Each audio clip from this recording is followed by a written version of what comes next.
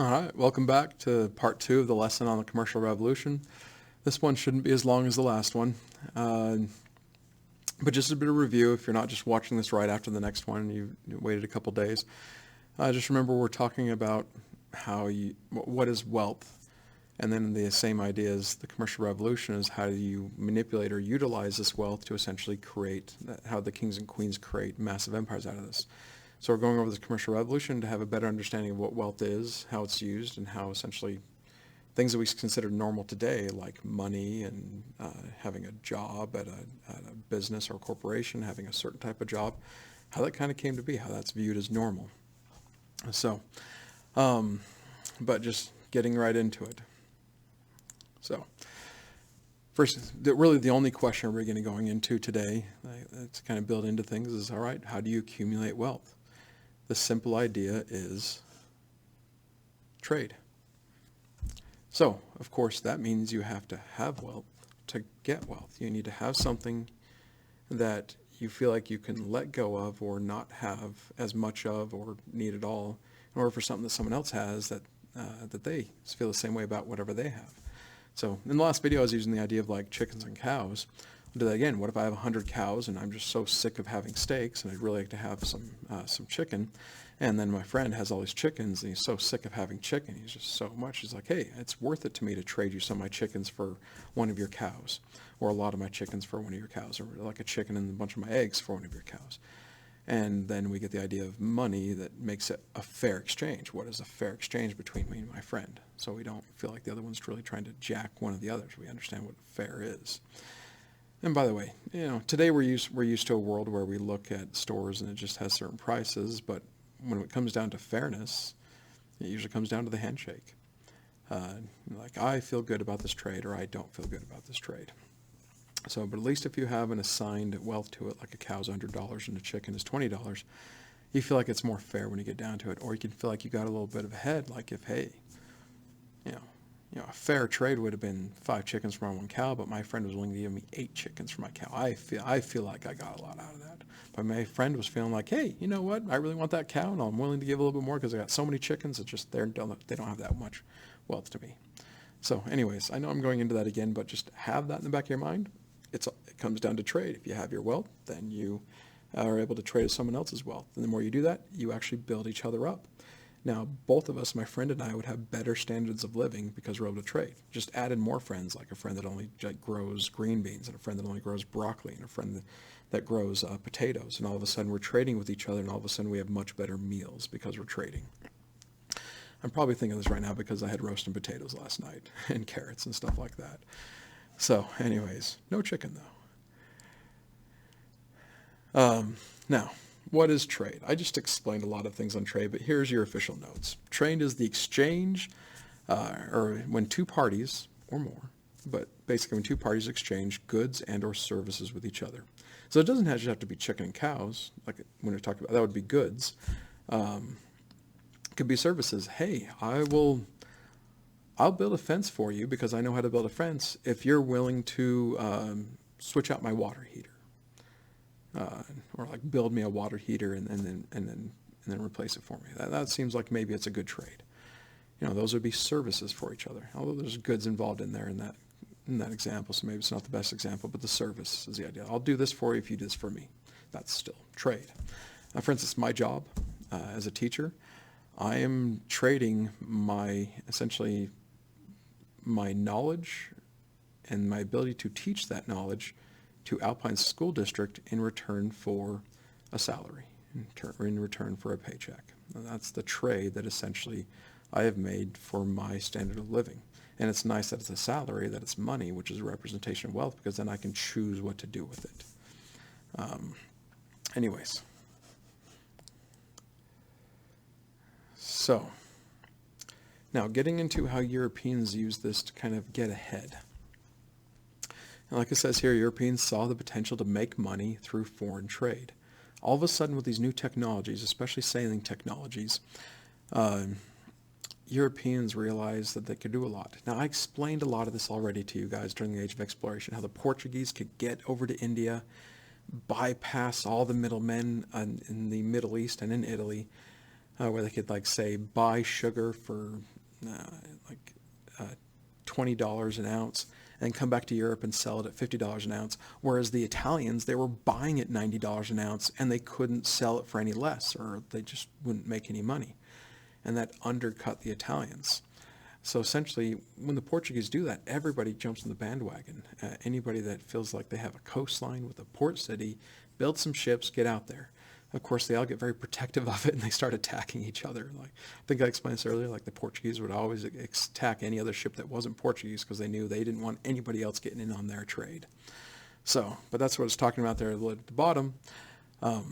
Merchant ships would take voyages to places like Africa, America, and Asia in order to bring back goods and sell them in Europe for far more than they bought them for.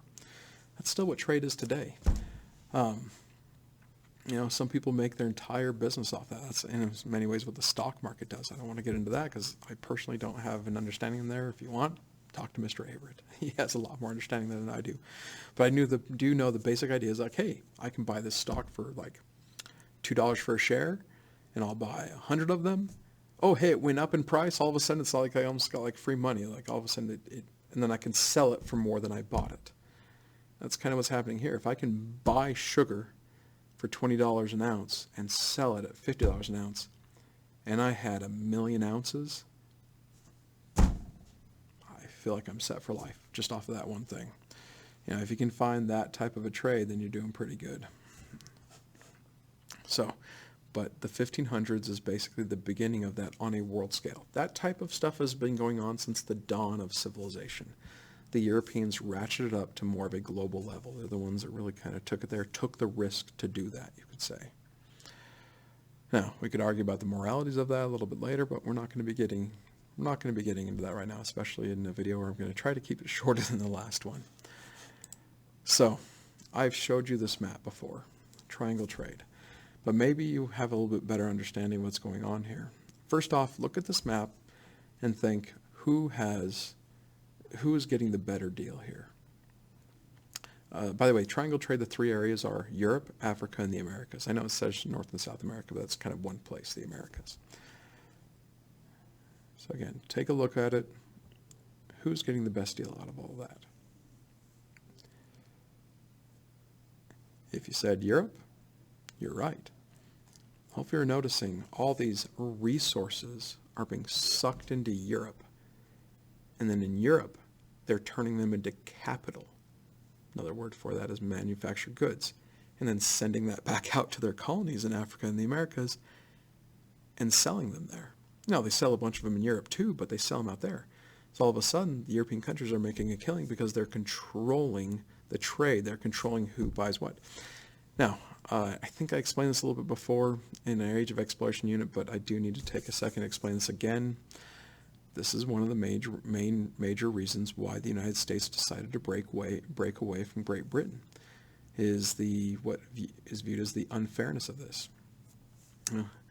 The American colonists, or the English colonists, French, even Dutch colonists over there, whoever's over here, at the time were realizing, by the way, Britain had laws saying you could not have factories in the Americas. You could not produce your own goods. You have to buy the manufactured goods from England. And they're realizing that, no, I don't want to do that. I can't deal with it. Why can't I make my own stuff here and I can sell it for cheaper here? I can make a lot of money I can easily undercut your prices. Well, Britain doesn't want that because they're making money off of stuff. So that was actually, it's not the only one, of course, but that's the economic reason why we decided to say, nah, see you later, Great Britain. We're going to do our own thing. So now, I'll get into more of the reasons why we do that when we get into our next unit, the Age of Enlightenment and Revolutions. But just know that is a major reason why. Is when you look at this, it definitely looks a bit unfair, and the American colonists realize that. Now, doesn't mean other places didn't realize it either. They do. But Europe definitely has the power here. And this is how an area that has not as much land, because if you notice, Europe has the least amount of land out of the three areas being talked about here. Yet they've been able to manipulate things to where they have all the power. In a way, it's quite ingenious if you're not looking at it from a sense of fairness.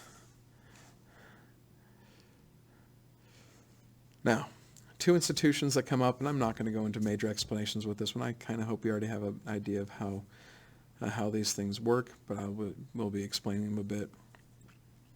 Two very powerful institutions that come up that become drivers from the commercial revolution, are still major drivers into the economy today, are banks and companies. I know I say joint stock companies. I'll explain that term, joint stock companies. Today we just say a company, but most all companies are joint stock companies. Not all.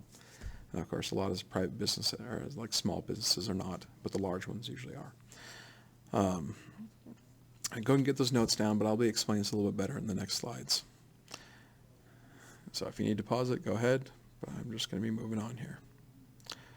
So when we come to banks, a bank is really just a place or someone who has a lot of money, and so they're who you go to get a loan from.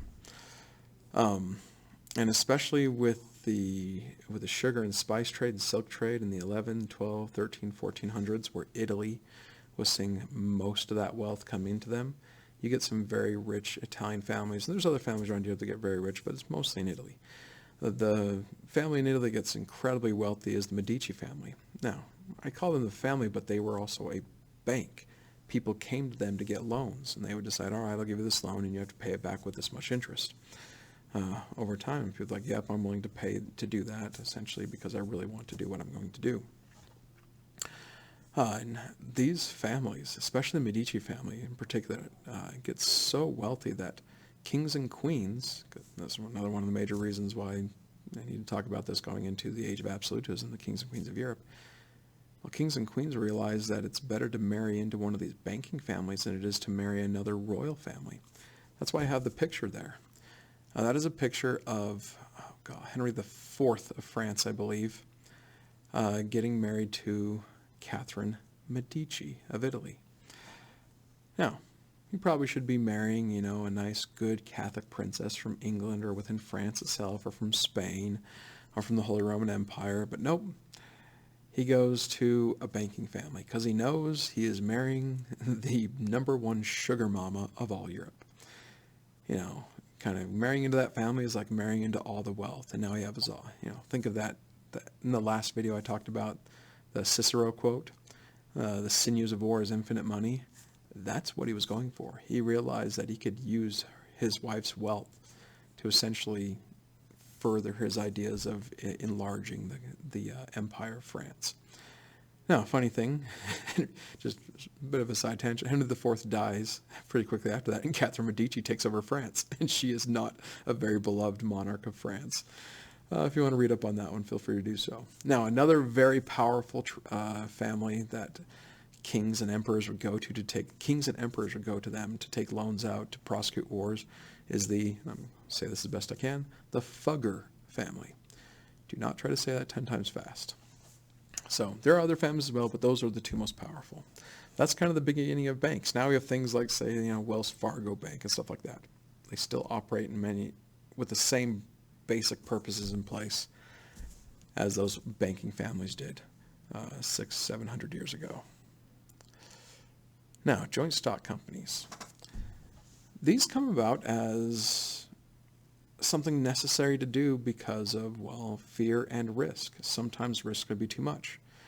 There are two main risks. I'm showing one right now. One of the major risks to these new companies, which when I'm talking about companies, most of these companies I'm talking about are sailing companies because they're going to other places of the world, buying low, coming back to Europe, and selling high. Of course, you get a lot of people that think, why should I sail around the world, take a risk of that, take a loan out to build a ship just to, maybe not make it? What if I, just get a ship and I steal someone else's hard work? I steal everything they did and screw them type thing. I'll take it. But this does, that is so enticing to people like, I'm going to take the easy way out. I'm going to get this wealth from a different way. It becomes a huge problem. This is why, like, if you see movies like Pirates of the Caribbean, and I'll be embedding a video clip from Pirates of the Caribbean actually into this. The reason why is because the Caribbean, that's where all that Spanish gold and Spanish wealth is setting sail from the Americas back to Europe. And so hit it there, and you're kind of further away from the armies and navies of Spain. Now, of course, they start bringing them down more. But yeah, in fact, a lot of pirates at the time were hired by other countries like England and France to attack Spanish ships. So that's what's called being a privateer. Anyways, those are major threats. So if I'm personally going to go off and take a really huge risk and say, okay, I'm going to put my land, my family as collateral, meaning if I'm not successful in my venture and paying back my loan, the bank can actually take my family and turn us all into slaves. That's illegal. It's not. Uh, you actually have times, this actually happens a lot, where someone like a son or a husband and sometimes even a cousin will go off to a bank and say, I'm putting up my family as collateral. Please give me a bunch of money right now and I'll pay you back. And all of a sudden, they die to pirates, or they die to the next thing, a natural disaster, or they just fail miserably because they aren't very good at business. And all of a sudden, the Medici family or the Fugger family or whatever bank you got your loan from, whoever you got your loan from, it's like comes knocking your family's door and says, hey, I got this nice little slip of paper saying that you guys belong to me now because this person did not fulfill their end of the bargain. Now, again, that is illegal today. But we still see it a little bit in our society today. If anybody here has ever done co-signing, like usually when you buy your first car, unless you have cash to buy it outright, usually what you have to do is get a loan. No bank will ever trust a teenager. So they ask for a co-signer, and usually you have to get your dad or grandpa or someone that says, all right, I'll sign it. What that person is doing when they co-sign with you, they're saying if you don't make those payments on that car, the bank can come after that co-signer and take it from them. So it's kind of it's an assurance on the bank side that we're going to get our money back. So that's still around a bit, but you can't do that without someone's signature being on there. 500 years ago, you could, and that ruined families and lives. That's why it's considered illegal today. You have to have it in writing that someone agreed to the fact that they would essentially be into that debt servitude. So, now, getting back to what I was explaining. Okay, let's say I'm a person that goes into debt, gets all this, gets this stuff, and then I go to India, I come back, and I make a lot of wealth. I'm able to pay it back. Great. But if I get attacked by pirates, get killed, dang it, my family's slaves now. Or I just get hit with a natural disaster, like just a bad storm comes up, destroys things. It starts becoming too much of a risk. This is too easy to happen. All of a sudden, it's harder to do. So people come up with the idea of joint stock companies. Joint stock companies is simply the idea like, all right, let's say that, I like using people in class for this, but let's say we have one person with, let's say myself, let's say I'm doing pretty good and I have like 7 ships. Let's say there's someone else, person number 2 has 2 ships, and person number 3 is brand new, just took a loan out, got their first ship, and is really wanting to go out, but is really scared of how things are going to work. Person number 2 and person number 3, the people with 1 ship and 2 ships, or 1 ship and 2 ships, come to me, the person with 7 ships, and says, hey, can we combine with you? You're already doing pretty well. You're pretty set. What if you let our 3 ships, my person 2's 2 ships and person 3's 1 ship, tag along? We'll help bring back all the cargo, and we'll split it evenly. When we say evenly, it's the idea of like, okay, 7/10 of the profit will go to me. 2/10 of the profit will go to person 2, and only 1/10 of the profit will go to person 1. Yeah, because we each have stock in the company. I just have 7/10 of the stock. Person 2 has 2/10 of the stock, and person 1 has 1/10 of the stock. Now, let's say our ships get hit with a storm and 3 ships go down. Let's say all 3 of the ships were my ships. I still get 7/10 of the payout because I was putting more of the risk out there with putting 7 ships into it. Hopefully that's a good example to explain how those work, but that is a joint stock company. People banding their wealth together to create something big, and you get the profit backs according to how much you put into it, how much stock you have into it. By the way, the thing you see over to the left is one of the first agreements ever, the first joint stock companies ever, which actually was all the way back in the 1200s, a company called Stora, which is still in existence today in Sweden. Okay, so I should have had this up before, but again, this way you share the risks and profits. So it lessens the risks, it lessens the risks, so your ventures will most likely be successful, you make some money, but it does reduce the potential profits that you'll get. But a lot of times that's worth it. I'd rather lessen the risk and be okay with less profit in the long run because I can keep building that up. Because if I'm person 3 and I only have one ship, well, I can build up enough to get 2 ships. Now I can have two shares of stock into it and get more money over time. Now this leads into some of the biggest companies of all time. By the way, the biggest company of all time, bigger than Google even today, and Google's one of the biggest ones today, like Apple, Microsoft, and things like that, is the East India Company by England. I think their wealth was 5 times the amount of Google in their heyday back in the late 1700s, early 1800s. But I have there listed 3 of the big trading companies that got very powerful joint stock companies there. And notice they're mostly through England, and it kind of makes sense that England was one of the more powerful countries at the end of all of this. Seemed to be a little bit better on the business side. All the Netherlands was good. They just didn't have a lot of land to them. They tried to get a bunch, but England kind of beat them out. Anyways, this is the last slide. This is the end of this kind of pre-unit to the unit of the Age of Absolutism called the Commercial Revolution. And I'll see you guys in the next lesson. That will be the first lesson of the actual Age of Absolutism, getting the kings and queens of Europe. But I hope this has been a good lesson, just in understanding how the wealth of the world works.